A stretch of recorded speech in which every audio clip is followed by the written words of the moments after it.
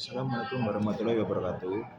Perkenalkan, nama saya Bendino Sandoko, kelas N1 Delta, absen 2, NIT 6225 11 350 119. Pada kesempatan kali ini saya akan mempresentasikan tugas informatika tentang generatif AI. Pertama, latar belakang generatif AI dalam pemanfaatan dan etika. Perkembangan teknologi digital saat ini sangat pesat. Salah satu teknologi yang berkembang pada cepat adalah Artificial Intelligence atau AI. Ini AI bukan hanya mampu menganalisis data, tetapi juga menciptakan konten baru seperti teks, gambar, audio, video, bahkan kode program. Teknologi ini dikenal sebagai generatif AI atau Gen AI. Generatif AI telah dimanfaatkan secara luas dalam 1. Pendidikan, 2. Bisnis, 3. Kesehatan, 4. Kreatif dan industri media, 5. Pemerintahan, 6. Penelitian ilmiah. Namun, penggunaan AI juga membuat tantangan etika dan risiko, seperti plagiarisme, ketergantungan, penyalahgunaan, serta informasi salah. Karena itu, pemanfaatan AI harus diiringi pemahaman etika, kebijakan, dan tanggung jawab. Apa itu generatif AI? Generatif AI adalah sistem kecerdasan buatan yang mampu menghasilkan konten baru berdasarkan pola dari data yang dipelajarinya. Contohnya, 1. Menghasilkan paragraf tulisan, 2. Membuat gambar dan desain, 3. Menjawab pertanyaan, yang keempat, membuat kode program, yang kelima, menyusun ringkasan teks, yang keenam, membuat audio dan video. Cara kerjanya yaitu 1. AI dilatih dengan data dalam jumlah besar. 2. AI mempelajari pola, fitur bahasa, dan hubungan data. Yang ketiga, AI memprediksi dan membuat output baru berdasarkan perintah pengguna atau prompt. Contoh platform Gen AI yaitu 1. ChatGPT, 2. Copilot, yang ketiga Claude, yang keempat Google Gemini, yang kelima Midjourney, yang keenam DALL-E, yang ketujuh Leonardo AI, yang ke-8 GitHub Copilot. Contoh aplikasi generatif AI. Generatif AI digunakan untuk berbagai bidang. Contohnya seperti 1. Chatbot dan asisten virtual, yang kedua pembuatan teks dan artikel, yang ketiga desain gambar dan seni digital, yang keempat pembuatan musik dan audio, yang kelima coding dan debugging, yang keenam pembuatan video animasi, 7. Ringkasan dokumen, yang 8. Analisis data dan laporan otomatis.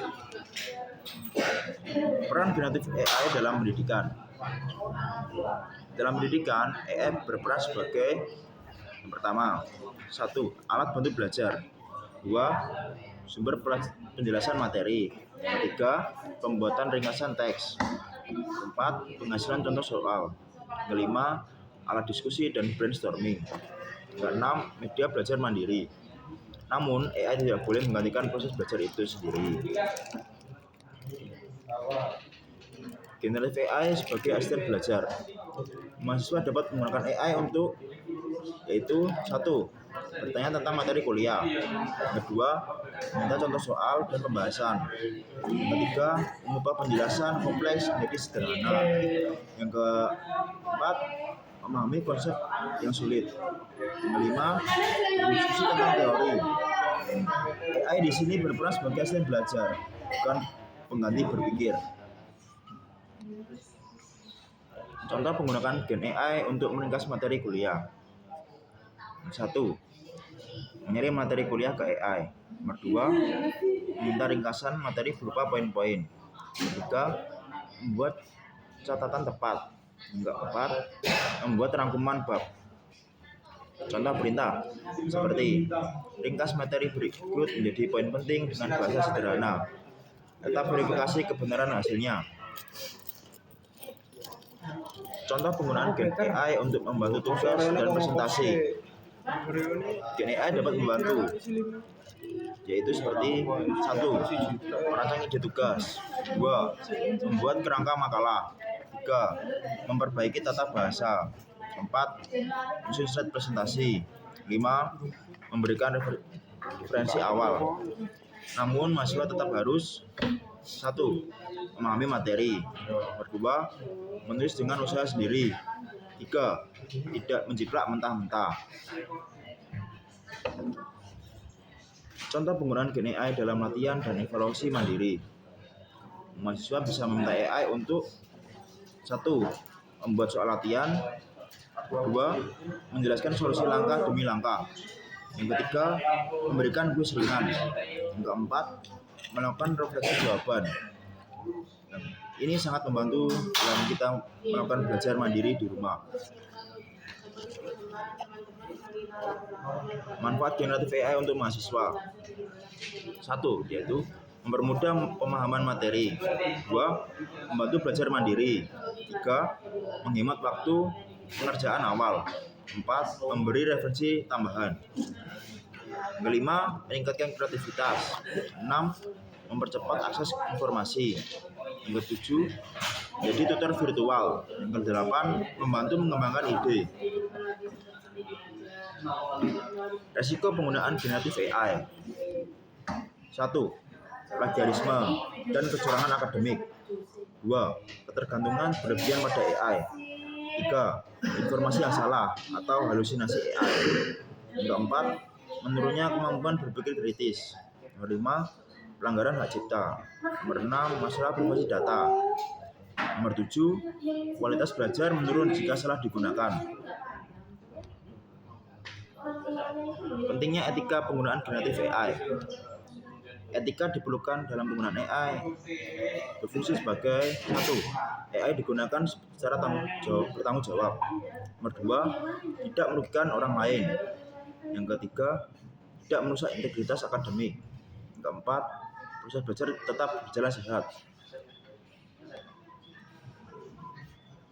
Etika penggunaan generatif AI bagi mahasiswa. Mahasiswa wajib menggunakan AI sebagai 1. Menggunakan AI sebagai alat bantu. 2. Tetap berpikir kritis. 3. Tidak menyalin mentah-mentah. 4. Menyebutkan penggunaan AI jika diwajibkan.